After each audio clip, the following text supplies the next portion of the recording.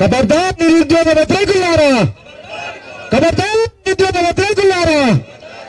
అందరికీ ఉద్యమాభివందనాలు తెలియజేస్తూ నిరుద్యోగ సభను పెద్ద ఎత్తున నిర్వహించినటువంటి అన్న మోతిలాల్ నాయక్ అన్న గారికి, ఈ సభకు ముఖ్య అతిథిగా విశేషించినటువంటి టైగర్ ఆర్ కృష్ణన్న గారికి, పృథ్వీరాజ్ అన్న గారికి, విఠల్ అన్న గారికి, అదేవిధంగా రఘి అన్న గారికి, ప్రసన్న ఆర్ కృష్ణ అన్న గారికి, ఇక్కడికి విచ్చేసినటువంటి అందరికీ ఉద్యమాభివందనాలు తెలియజేస్తూ, ఈ ప్రభుత్వం ఎంత సిగ్గుమాలిందంటే అవకాశం కోసం దేనికైనా తెగిస్తుందని చెప్పడానికి ఇదే నిదర్శనం అని చెప్పి ఈ ప్రభుత్వాన్ని సిగ్గులేని వ్యవస్థ, ఈ ప్రభుత్వం, ఈ సిగ్గులేని ముఖ్యమంత్రి గారు అవకాశం కోసం ఎంతకైనా దిగజారుతామని చెప్పడానికి ఇదే ఆసన్నమైనటువంటి సమయం. పెద్ద ఎత్తున ఉద్ధృతంగా ధర్నా చేసి ఈ ప్రభుత్వాన్ని దించేటటువంటి సమయం ఆసన్నమైనది. ఈ ప్రభుత్వం చేతగాని ప్రభుత్వం 2,50,000 ఉద్యోగాలు భర్తీ చేయకుండా కాలయాపన చేసింది. ఏమడుగుతున్నావు? ఏం మీ అమ్మాయి ఆస్తి అడుగుతున్నావా, లేకపోతే మీ పిల్లలు తెచ్చిన కట్టాల్లో వాటా అడుగుతున్నావు? మీకు అంత నొప్పి వస్తుందని ఈ ప్రభుత్వాన్ని అడుగుతున్నావు. మొదటి మొదలు కలవాని కళ్యాణం అన్నట్టుగా ఈ బడ్జెట్ లో 1,50,000 కోట్లు పెట్టి మూసిగర్దానికి ఉంటది, కానీ గురుకుల పాఠశాలలు బంద్ చేసి ఈ ప్రభుత్వం కాలయాపన చేస్తుంది. ఒక్క ఇంటిగ్రేటెడ్ స్కూల్ కు 200 కోట్లు అని చెప్పి ఈ ప్రభుత్వం పథకం పెట్టు పైసలు కొట్టు, పథకం పెట్టు పైసలు కొట్టు అన్నట్టు వినాదంతోనే పోతుంది. ఈ ప్రభుత్వాన్ని మేము ఒక్కటే హెచ్చరిస్తున్నాం, మీ మీద నమ్మకం లేదు, దొంగ వ్యవస్థ అని చెప్పి ఢిల్లీకి వెళ్లి రాహుల్ గాంధీని, ప్రియాంక గాంధీని తీసుకొచ్చినారు. ఇలా ప్రియాంక గాంధీ, రాహుల్ గాంధీ ఎక్కడ పోయినారని నేను అడుగుతున్నా.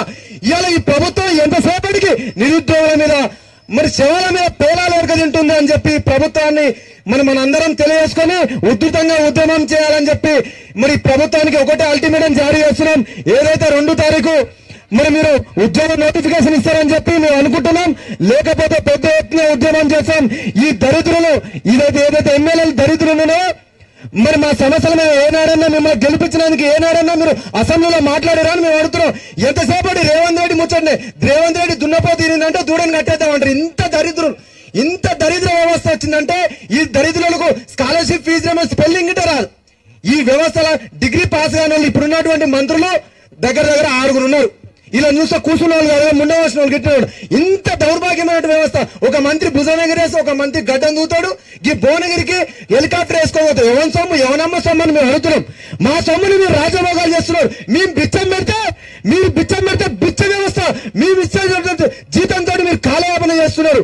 ఇలా గతిలేని వ్యవస్థ, ఇలా కోట్ల రూపాయలు ఖర్చు పెడుతున్నారు. అరే టీజీకెళ్ళి టీఎస్ మారితే ఏమైనా వచ్చిందా? 2,700 కోట్లు తగలబెట్టారు.